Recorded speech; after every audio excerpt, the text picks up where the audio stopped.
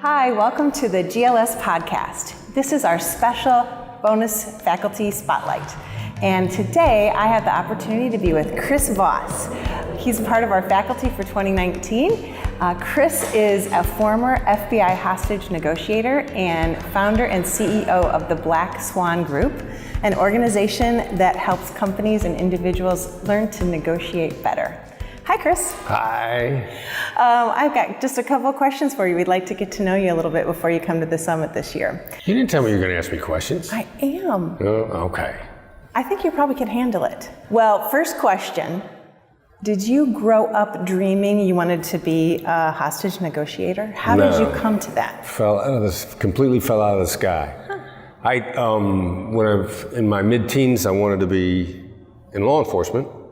And initially I wanted to be in SWAT, which I was. Cool. But then I hurt my knee, and which was a great thing because it got me looking at something else, thinking about negotiation. I still wanted to do crisis response. We had negotiators, what they did looked easy. Yeah. I could talk to terrorists. Yeah.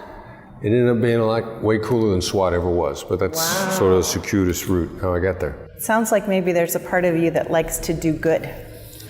I'm afraid I'm guilty of that. Yes, I like to do a lot of good, have a lot of fun, have a good life. So I imagine as a hostage negotiator, you were in some pretty crazy scenarios. Do you have any stories you can tell us of like a negotiation and how it went? Well, I was lucky enough to be involved in a bank robbery with hostages. Oh, wow. Because while it happens in the movies all the time, in real life, bank robbery negotiations are really rare. Like the one that I was in New York City, it had been 20 years since the last one. Wow. I mean, there probably won't be one happen in the United States this year. The movies make it seem like it happens all the time. Movies make it seem like it happens all the time. Nah, so I was lucky enough to be in a bank robbery with hostages. And we negotiated, I negotiated the surrender of the first bank robber to come out. But the guy who was the ringleader of this bank robbery group, actually, I learned a lot about business negotiation. This guy had all the characteristics of actually a great CEO negotiator. Yeah. We didn't know he was a ringleader, and on the phone he kept telling us the people with him were really dangerous, and he was worried about what they were going to do and what they were going to say. He was always deferring to them. And other people that were holding the hostages. So he claimed. Okay, yeah. They weren't there at all. He was by himself. He had one other accomplice.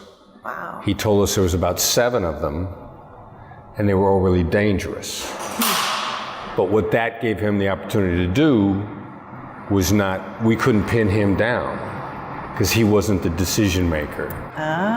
When he really was. When he really was. And great businessmen, when they come to the table, they'll say, well, I got a board of directors, my chief legal counsel, all these people I got to answer to. Yeah. Somebody that does that in a business negotiation, you're talking to the most influential person. Wow. So it all ended okay. We negotiated everybody out. Yeah. And then, when the bank robber came out, they killed me. But other than that, it was fine. Well, I'm glad you came back to life. Because you wrote a great book and we can learn a lot from you. So you mentioned, that sounds like very rewarding because It was cool, yeah, it was great, yeah. But I imagine stressful. So what happens when you leave such a high stress, pressure situation and go home? Like, is it hard to unwind? Can you relax and leave it? Or is it always kind of looming and living with you? No, it does take some getting used to. I mean, the way I learned it early on was I learned it was about a process. So I relied on the process. And then also, one thing I didn't realize I was being taught subtly by my former boss. He used to always tell us we had the best chance of success. And you don't realize it at the time, but you come to know that that's not a guarantee of success. Yeah. So that when you fail, and ultimately you do, if you do it enough, you realize you've been talking about the best chance of success for a long time, which means sometimes things are just out of control. They're going to go bad. So, and then if that happens and you decide to either get better, you decide to do something else. Yeah. I decided to get better. Good. And you did. I think so. I think you did. We mentioned earlier about movies. Do you like movies? Of course. So like some of my favorites, they're like Ransom.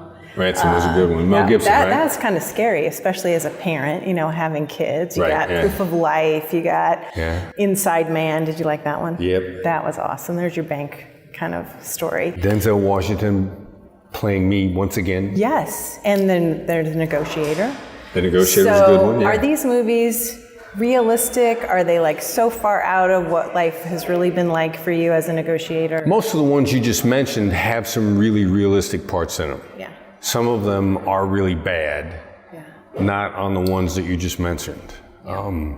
So ideally, if they do it, they have a consultant that helps them with it. Inside Man was very good. The Negotiator was very good. Ransom actually had 2 FBI agents I'm acquainted with that consulted on that movie. Do you ever do that? Consult on movies? I have not yet done that. Hey, is it on your bucket list? If it happens, that'd be one of those things that it would be nice if it. I got other stuff on my bucket list. Okay, share a few. Climb Everest. Really? Swim the English Channel. And are you going to do it? Yeah, I'm thinking about maybe my 70th year. After my 70th birthday, I'm thinking about trying to do both the same year. Wow, way to go. I bet you'll do it. We have another faculty member that was one of the youngest to climb Mount Everest. Oh, that's cool. Bear Grylls, yeah. He's coming to the summit too this year. I'm a Bear Grylls fan. Well, you should phone him up and see if he's got any Everest tips for you. So at the Global Leadership Network, we're all about leadership. Right. When did you learn that you were a leader? Wow. I think most people sort of learn it by accident. Hostage negotiators first think of themselves as individual performers. Mm-hmm. And then I was shocked when they put me in charge of the team in New York. I didn't expect it. But then, fortunately, I was scheduled to go do some training with Scotland Yard at the same time. And Scotland Yard ran a great leadership hostage negotiation training course. Mm-hmm. And then I really learned a lot more about teams and getting teams to perform with each other and understanding other people's roles. Yeah. So I learned it the hard way, which I think a lot of people do. If they're good at something, that doesn't mean they can lead it. Mm-hmm. And it's 2 completely different skills. Yeah. And so I was good at it, but I had a lot to learn about leadership. Yeah. What do you know now as a leader that you didn't know then that you wish you had known back then? High performers are harder on the rest of their team than they should be. That's good. I think I probably flatter myself, but I always focused on being a really good performer and then expecting other people to do their job. Yeah. And I didn't really notice the encouragement that I got from the people that led me and helped me and supported me. And looking back on it now, I realize I got far more encouragement than I ever realized. Mm-hmm. So, and since I took it for granted, I've had to think about that a lot more since I've been leading teams. Do you think it's just unawareness? You just weren't unaware? To some degree, yeah. People who work really hard expect everybody else to work really hard, and they have a hard time understanding why they don't. It's one of the reasons why great athletes are rarely great coaches. Mm. The greatest coaches were only fair as athletes. Like Phil Jackson is probably arguably the best coach in the history of the NBA. Yeah. He didn't even start for the New York Knicks. He was a professional, but he wasn't even good enough to start. Yeah.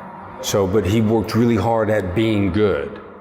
And he didn't, he made up for with his head, what other guys had in physical ability. Mm. So I think that's what, when I focused on performing really well, I didn't really understand how much encouragement other people need, and I'm more appreciative of that now. Oh, good. Now that you're not a hostage negotiator, what's some of the best things that you're doing now that you enjoy the most? We coach people in all kinds of negotiations, and when they get our stuff, then they learn it in business negotiation, and then they apply it into their personal lives, and it makes their personal lives better. Like one of my favorite stories, two Silicon Valley executives, husband and wife now, it was before they were married. She's talking to her then fiance one day, and she said, why do I really like talking to you this week?